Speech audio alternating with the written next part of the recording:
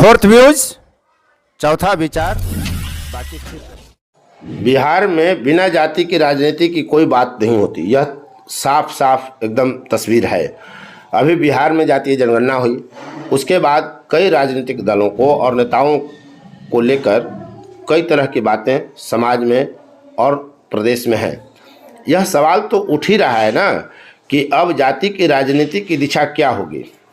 तमाम वंचित समाज के लोगों को एकजुट करके अपने पाले में गोलबंदी करने की कवायद लगभग तमाम राजनीतिक दल कर रहे हैं।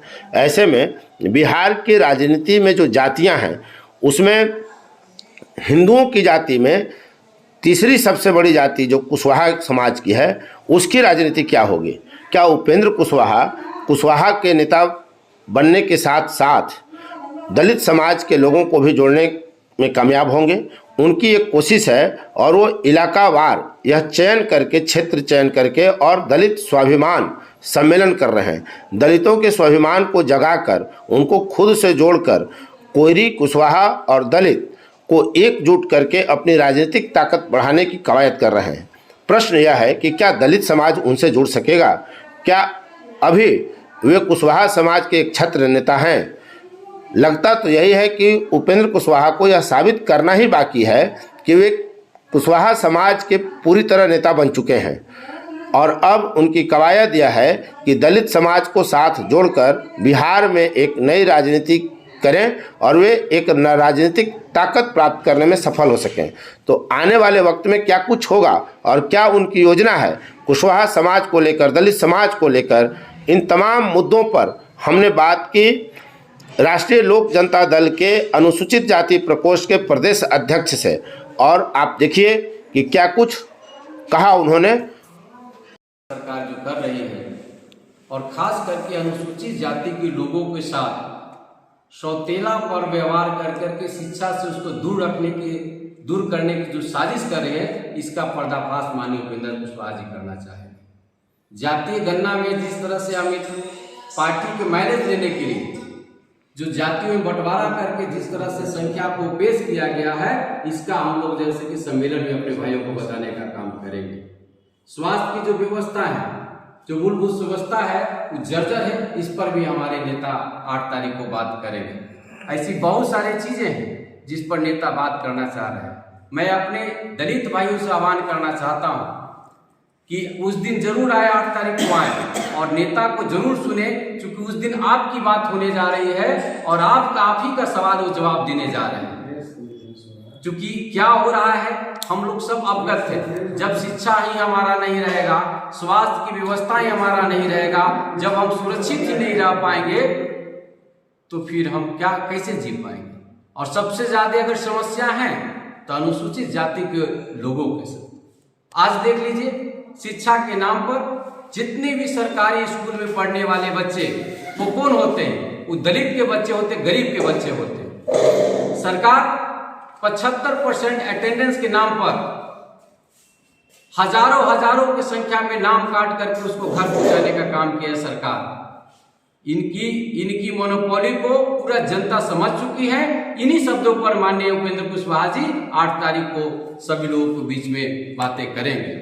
आप लोगों से भी मैं निवेदन करना चाहता हूं, आग्रह करना चाहता हूं कि देश के और प्रदेश के अंतिम छोर पर बैठे आज भी आप लोग लोकतंत्र का चौथे स्तंभ हैं कि आप लोग अगर उनको सहायता करते हैं तभी वो मुख्य धारा में जोड़ेंगे। आप लोगों से भी निवेदन है कि उनको जो समस्या है, जो आज आजादी के बाद भी आज भी वो नल जल के लिए तरस रहे हैं, ऐसी मूलभूत सुविधा के लिए आप लोग के सहयोग की जरूरत है कि उनकी सुविधा उनको मिले। और विशेष आग्रह करेंगे सारे लोगों को, खास करके ओबरा के विधानसभा के लोगों को, अनुसूचित जाति को, गरीब भाइयों को, कि उस दिन 8 तारीख को 11 बजे जरूर आए और आकर के माननीय उपेंद्र जी की बातों को जरूर सुने। इन्हीं निवेदन के साथ मैं आप लोगों के बीच में हूँ और यही कहना चाहता हूँ। उपेंद्र कुशवाहा किसके साथ है? उपेंद्र कुशवाहा जी हम लोग की पार्टी माने एनडीए का पार्ट हम लोग हैं। तो मैंने मान लिया जाए कि एनडीए में है वो? नहीं, है ही, हम लोग हैं ही, मानने की क्या बात है ही हम लोग। सारा फोकस काराकाट लोकसभा क्षेत्र में ही उनका है, ऐसा क्यों? क्या काराकाट से ही चुनाव लड़ने की इच्छा है? इनसे दिली लगाव है। ऐसा नहीं कि आज काराकाट क्षेत्र में माननीय उपेंद्र कुशवाहा जो घूम रहे हैं या हम लोग घूम रहे हैं, ये दिल्ली जब से वो राजनीति केंद्र की राजनीति में जब तक तो उनका यहाँ से शुरुआत हुआ है और दिल्ली अटैचमेंट है, तो हमेशा मिलते रहते हैं, फिर भी मिलने का काम कर रहे हैं, आज भी मिलने का काम कर रहे हैं, हमेशा मिलते रहते हैं आप लोग के बीच में। जी आजकल उनकी आक्रामकता कम दिख रही है, लोकसभा चुनाव नज़दीक है और वो बिहार सरकार के खिलाफ भी बहुत आक्रामक बयान नहीं दे रहे हैं, तो क्यों नहीं माना जाए कि वो दोनों तरफ की राजनीति कर रहे हैं? नहीं, भविष्य में एनडीए के पास भी टिकट मिल जाए या महागठबंधन जिधर से टिकट मिलेगा उधर जाए। आप उनके बयानों को देखेंगे, जैसे बिहार सरकार ने जातीय आंकड़ा पेश किया, 1 घंटा के अंदर अगर बिहार में कोई नेता बोलने का काम किए तो माननीय उपेंद्र कुशवाहा। आज भी वो क्लोजियम की बातें हो, जो देश में क्लोजियम की आवाज उठाने वाले एक नेता माननीय उपेंद्र कुशवाहा जी आज भी मंच पे सार्वजनिक स्तरों पर उठाने का काम करें। जब जब जरूरत पड़ी, चाहे बिहार सरकार और केंद्र, अपने जो आइडियोलॉजी से कभी समझौता नहीं करते हैं, तो ऐसा नहीं है, वो हर जरूरत पड़ने पर सबसे पहले मुखर होकर के आवाज उठाने का काम कर रहे हैं। जिसकी जितनी हिस्सेदारी उतनी भागीदारी के साथ आप सहमत हैं या असहमत हैं? एकदम सहमत है। हमारे नेता पहले ही बोल चुके हैं कि संख्या के अनुसार तो आपने जनसंख्या की भागीदारी मिलेगी। तो ये कैसे संभव है? जब वर्गीय आधार पर आरक्षण है तो जातियों को कैसे लाभ होगा? जी, जब वर्ग पर आरक्षण मिलता है, ओबीसी को आरक्षण मिलता है, अनुसूचित जाति को आरक्षण मिलता है, तो इससे जाति को कैसे लाभ होगा? जैसे अनुसूचित जाति को अगर आरक्षण मिल रहा है तो पासवान और रविदास, यही 2 जातियां प्रमुख रूप से आगे हैं। कुछ मुसहर हैं, कहीं कहीं पासी दिखते हैं, बाकी तो अनुसूचित जातियों को कोई लाभ नहीं है। देखिए आप, ठीक उसी तरह पिछड़ी जातियों में यादव, कुर्मी, कोयरी, उसके बाद किसी को कोई लाभ मिलता नहीं है। सही है, ये 2 पार्ट है। पहले सरकार मेरी भागीदारी दे दे ना, वो बांट लेंगे हम लोग ना। वो मेरी है जो आप कह रहे हैं कि बहुत सारे लोग हमारे अनुसूचित जाति में 22 जाति आते हैं, वो हम लोग बांट लेंगे।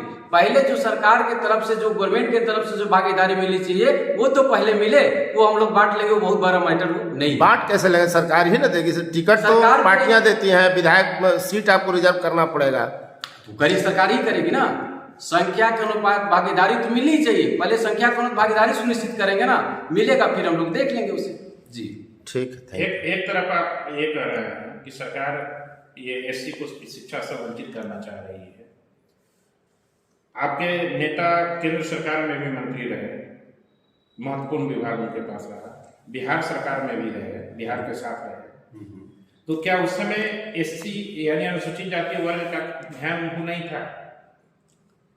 आपने सही कहा। शिक्षा की लड़ाई अगर लड़ने वाले बिहार में कोई है तो वो है माननीय उपेंद्र कुशवाहा जी, जिन पर डंडा बरसा करके माननीय उपेंद्र कुशवाहा जी को हॉस्पिटल में पहुंचाने का काम किया, आप लोग जानते हैं बखूबी से।